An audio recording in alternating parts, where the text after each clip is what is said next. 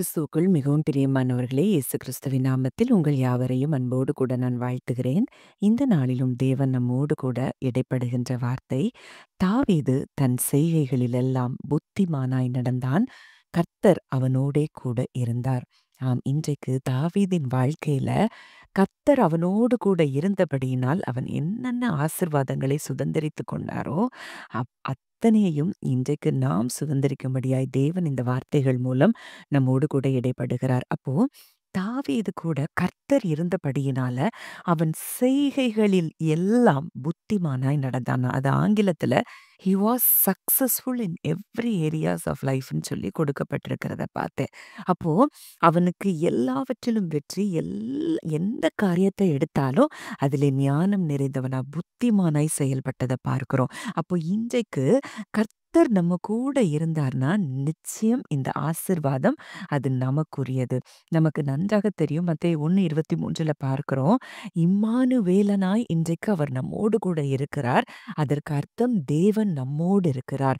எத்தனையோ வார்த்தைகள் மூலமாய் அவர் நம்மோடு கூட இருக்கிறேன் என்று வேதத்தின் மூலம் நம் கூட வெளிப்படுத்தி பேசியிருக்கிறார். உலகத்தின் முடிவு பரியந்தம் சகல நாட்களிலும் நான் உங்களோடு கூட இருக்கிறேன் என்று சொன்னவர். அ கிறிஸ்துவானவர் மகிமையின் நம்பிக்கையாக உங்களுக்குள்ளே இருக்கிறார் என்று சொல்லி கொலோசையர் 1:27 பார்க்கிறோம். அப்போ வேதம் இன்றைக்கு ஆணித்தரமாக நமக்கு கற்றுக் கொடுக்கிற ஒரு காரியம், கிறிஸ்து இன்றைக்கு நம்மோடு கூட இருக்கிறார். அப்ப நம்ம கூட இருந்தாரு அப்படிங்கிறத நம்ம விசுவாசிக்க ஆரம்பிக்கும் போதே நிச்சயமா நம்ம செய்கைகளில் எல்லாம் நாம் புத்திமானாய் நடப்போம். அடுத்து நம்ம பார்க்கும்போது, அவன் மகா புத்திமானாய் நடக்கிறதை சவுல் கண்டு அவனுக்கு பயந்திருந்தான். அப்போ அங்க ராஜா சவுல் தான். ஆனா அவனுடைய புத்தியையும் ஞானத்தையும் அவன் செய்கிற எல்லாவற்றிலும் வெற்றியையும் பார்த்து அங்கே அவனுக்கு எதிராய் செயல்பட்ட சவுல் பயந்திருந்ததை பார்க்கிறோம். அப்போ இன்றைக்கு நம்ம கூட கர்த்தர் இருக்கிறபடியினால இன்றைக்கு நம்முடைய செயல்கள் எல்லாவற்றிலும் நம்ம புத்திமானாய் தான் நடப்போம். நம்மை பார்த்து, நம்ம கூட இருக்கிற தேவனை பார்த்து, அவர் நமக்கு தருகிற வெற்றிகளை பார்த்து, நிச்சயமாய் மற்றவர்கள் பயப்படும்படியான காரியங்களைத்தான் தேவன் நம்முடைய வாழ்க்கையில செய்வார் என்பத இந்த வார்த்தைகளின் மூலம் அறிந்து கொள்ளலாம். அடுத்தது நம்ம பார்க்கும்போது 1 சாமுவேல் 26, 24, 25 பார்க்கும்போது, அங்கே சவுலை கொல்லும்படி தாவீதுக்கு ஒரு ஒரு லகுவான ஒரு சந்தர்ப்பம் கிடைக்குது. ஆனா கர்த்தர் அபிஷேகம் பண்ணினவர் மேல நான் கை போடக்கூடாதுன்னு சொல்லி, அங்கே சவுலை அன்றைக்கு விடுவிக்கிறத நம்ம பார்க்கிறோம்.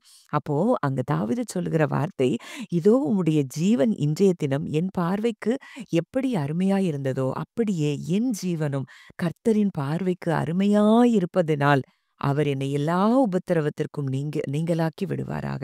அப்போ தாவீதுக்கு நல்லா தெரியுது, என் ஜீவன் கர்த்தருக்கு அருமையாயிருக்கிறது. அப்போ இன்றைக்கு கர்த்தர் அவன் கூட இருக்கிறபடியினால அங்கே மிகப்பெரிய பாதுகாப்பு அங்கே தாவீதுக்கு உண்டாகிறத பார்க்கிறோம். அது மாத்திரம் இல்ல, எத்தனை யுத்தங்கள், எத்தனை அ முறை சவுல் அங்கே தாவீதை கொல்ல பார்த்த பொழுதிலும், அங்கே ஒரு சூழ்நிலையும் தாவீதுக்கு பக்கத்துல கூட அணுக முடியல. எந்த விதத்திலயும் தாவீதை சேதப்படுத்த முடியல. அப்போ கர்த்தர் ஒரு மனுஷன் கூட இருந்தா இவ்விதமான பாதுகாப்பு இருக்கும்னா, இன்றைக்கு தேவன் நம்ம கூட இருக்கிறபடியினால் இதே விதமான பாதுகாப்பை தான் தேவன் நமக்கு கொடுத்திருக்கிறார்.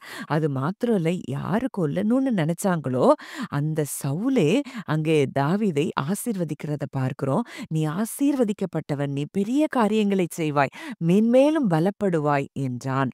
அப்போ யார் நமக்கு எதிரா இருந்தாலும் அவங்க வாயின் மூலமாவே நம்மை ஆசீர்வதிக்கவும் தேவனால் முடியும். அப்ப இன்றைக்கு நமக்கு நல்லா தெரிய வேண்டிய ஒரு காரியம், நீங்க என்னெல்லாம் செய்றீங்களோ அதுல எல்லாத்துலயும் நிச்சயம் ஒரு சக்சஸ். நிச்சயம் நீங்க செய்கிற காரியங்கள் எல்லாவற்றிலும் நீங்க புத்திமானாய் நடப்பீங்க. உங்களுக்கு விரோதமாய் யார் எழும்பினாலும் அவங்க கூட உங்களை ஆசீர்வதிக்கும்படியான கிரியைகளை தான் தேவன் செய்வார். நீங்க என்ன சூழ்நிலையிலும் உங்களை தேவன் பாதுகாக்கிறார் அப்படிங்கிறத நீங்க அறிந்து கொள்ள வேண்டும். அடுத்ததா நம்ம பார்க்கும்போது, மனிதர்களிடத்துல அங்க தயவு உண்டாகிறத பார்க்கிறோம். 1 சாமுவேல் 18, 16ல பார்க்கிறோம். இஸ்ரவேலரும் யூதா ஜனங்களுமாகிய யாவரும் தாவீதை சிநேகித்தார்கள். அப்போ இது எவ்ளோ பெரிய ஒரு கிருபை. மனிதர்களுடைய தயவும், அன்பும் கிடைக்கிறதுங்கிறது, அங்கே தாவீதுக்கு அந்த ஆசீர்வாதமும் கிடைத்தத பார்க்கிறோம். அடுத்ததா 2 சாமுவேல் 5:10ல நம்ம பார்க்கிறோம். அங்கே மிகப்பெரிய செழிப்பையும், ஆசீர்வாதத்தையும் அங்கே தாவீது பெற்றுக்கொள்கிறத பார்க்கிறோம். தாவீது நாளுக்கு நாள் விருத்தி அடைந்தான். சேனைகளின் தேவனாகிய கர்த்தர் அவனோடே கூட இருந்தார். அப்போ சேனைகளின் தேவனாகிய கர்த்தர் அவன் கூட இருந்தார் அப்படிங்கிறது ஆங்கிலத்துல David became more and more powerful because the Lord Almighty was with him. more and more powerfulனு போடப்பட்டிருக்கு. அப்போ இன்றைக்கு கர்த்தர் உங்க கூட இருக்கிறபடியினால நீங்க மேலும் மேலும் பலவானா தான் ஆவீங்களே தவிர உங்களை எந்த சூழ்நிலையும் உங்களை பலவீனப்படுத்த முடியாது அப்படிங்கிற அந்த சத்தியத்தை இன்றைக்கு நீங்கள் அறிந்து கொள்ள வேண்டும். அப்ப தாவீதுக்கு கர்த்தர் அவனோடு கூட இருந்தபடியினால் இத்தனை ஆசீர்வாதங்களும் இருக்கும் என்றால், இன்றைக்கு தேவன் எத்தனையோ முறை உறுதிபட நம்ம கூட இடைப்பட்டிருக்கிற காரியம், அவர் நம்மோடு கூட இருக்கிறார். அப்போ நிச்சயம் இந்த ஆசீர்வாதங்கள் எல்லாம் இன்றைக்கு நமக்கு சுதந்திரமாகிறது. விசுவாசிக்கும் பொழுது இந்த ஆசீர்வாதங்கள் எல்லாவற்றையும் நீங்கள் பெற்றுக்கொள்வீர்கள். ஜெபிக்கலாம். நல்ல தகப்பனே, நன்றியோடு உம்மை துதிக்கிறோம், ஸ்தோத்தரிக்கிறோம் அப்பா. அப்பா, இன்றைக்கு நீர் எங்களோடு கூட இருக்கிறபடியினால் ஆண்டவரே, அப்பா எங்கள் செய்கைகளில் எல்லாம் எங்களை நீர் புத்திமானாய் நடக்க பண்ணுகிறீர் அப்பா. உமக்கு நன்றி செலுத்துகிறோம். அப்பா, நீங்க எங்க கூட இருக்கிறபடியினால அப்பா எதிரான சூழ்நிலைகள் கூட எங்களை பார்த்து பயப்படும் என்பதை நாங்கள் அறிந்து விசுவாசித்து உம்மை துதிக்கிறோம் அப்பா. எங்களுக்கு வெளியேற பெற்ற பாதுகாப்பை நீர் வைத்திருக்கிறீர் அப்பா. அதற்காக நாங்கள் நன்றி செலுத்துகிறோம். மனுஷ தயவு எங்களுக்கு உண்டாயிருக்கிறது. தேவ கிருபை எங்களுக்கு உண்டாயிருக்கிறபடியினால் நன்றி செலுத்துகிறோம் தகப்பனே. அப்பா, நாளுக்கு நாள் எங்களை விருத்தியடைய செய்யும்படி கர்த்தர் பாராட்டுகிற கிருபைக்காக நன்றி செலுத்துகிறோம். இந்த கேட்ட வார்த்தையின்படி கர்த்தர் ஒவ்வொருவரையும் ஆசீர்வதிக்கிறதற்காய் நன்றி செலுத்துகிறோம். இயேசுவின் மூலம் கேட்கிறோம் ஜீவனுள்ள நல்ல பிதாவே. ஆமென்.